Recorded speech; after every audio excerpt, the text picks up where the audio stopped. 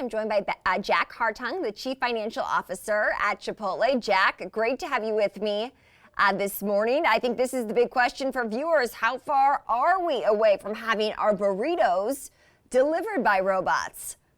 Yeah, good morning, Kristen, and thanks for having me.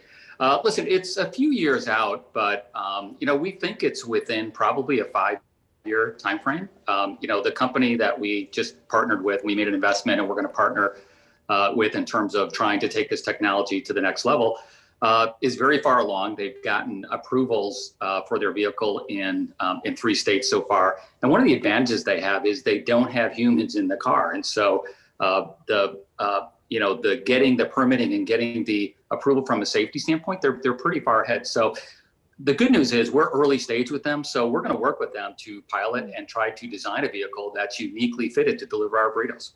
Okay, so what should customers expect? What does the robot look like? How quickly can they get the delivery? And does the cost change?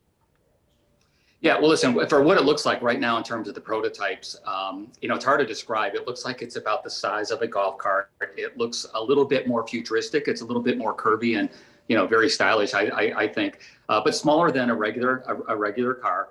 And I think in terms of what customers can expect, I don't know about the cost. I do suspect it's going to be less expensive. It is expensive to have a car show up with a driver, so I think it's going to be less expensive.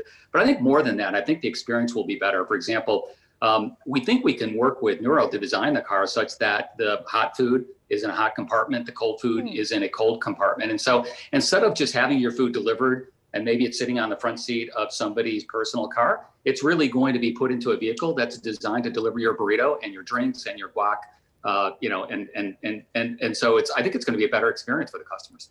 So I've got to ask this because living in New York City, I know that there are other city centers obviously out there that have a similar situation, but a lot of these high-rise apartment buildings or even high-rise offices where they order in lunch, how do you anticipate the robot navigates those atmospheres, or does it just drop it off outside? Yeah, listen, it's a great question. I think it's too early to know exactly how we're going to do that. I mean, right now, there's no talk about having the robot enter the building and navigate an elevator. It may come to a point where not every one of our restaurants can even handle delivery through Nuro. I think the obvious place is in the suburbs, where we have now 2,800 restaurants. So we have a Chipotle restaurant near most people, both in the cities and in the suburbs. But I think if you think of living about a mile away from a Chipotle restaurant, I mean, that's very well suited for, I think, what Nuro is coming up with. Maybe urban is going to be a little bit more challenging. That might be a little bit further out. But obviously, as the CFO, you felt like this was a wise investment to make, right? Correct. We think that investing in technology in general, which we've done a lot over the last 3 or 4 or 5 years, we think that's really paid off for us, not only during the pandemic, but even before the pandemic. Our digital business was the fastest growing part of our business. And we think the investment in technology, the investment in innovation really has paid off. This is further out, obviously. This is, maybe 3, 4, or 5 years out. But we think getting ahead and making an investment in a company that's as skilled and passionate about solving this challenge as Nuro, we think it's a great investment that will produce returns in the future for sure. How do ghost kitchens factor into your future financial planning? Of course, we keep hearing about ghost kitchens more and more, supposed to speed up this delivery process, basically where the delivery doesn't necessarily come from the restaurant per se, but a larger kitchen environment. Is that something that you're focused on?